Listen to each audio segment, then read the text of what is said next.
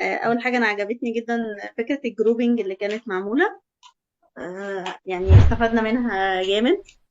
ان انا اكون ملم مش بس بتخصصي مثلا، لا انا لميت بالحاجات التانية او على الاقل خدت فكره كبيره عنها وازاي بيتم تسعيرها وكده.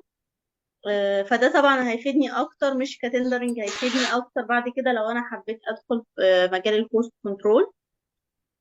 هكون طبعا لما عارفه ايه البنود، ايه اللي انا بعمل عليه وكده يعني.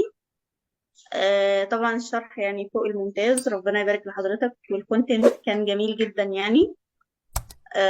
انا كنت في انترفيو النهارده، ولما اتكلمت مع الهيد اللي عمل لي الانترفيو، لما قلت له على الكونتنت يعني بجد انبهر بيه جدا. آه ف يعني بجد انا في حاجات كتير ما كنتش عارفاها، انا بشتغل تندر بقالي 3 سنين تقريبا. حوار الاندايركت كوست ما كنتش بعرف احسبها كويس. نفسه الاوفر هيد والحاجات دي انا كنت برضو ايه، مش اللي هو اوير قوي بيها. فلا استفدت بيها جامد. جزء طبعا الكوست كنترول يعني جميل جدا، والمقدمه اللي خدناها عن بروجكت مانجمنت والاجايل كانت يعني مفيده جدا بصراحه. يعني ربنا يبارك لحضرتك.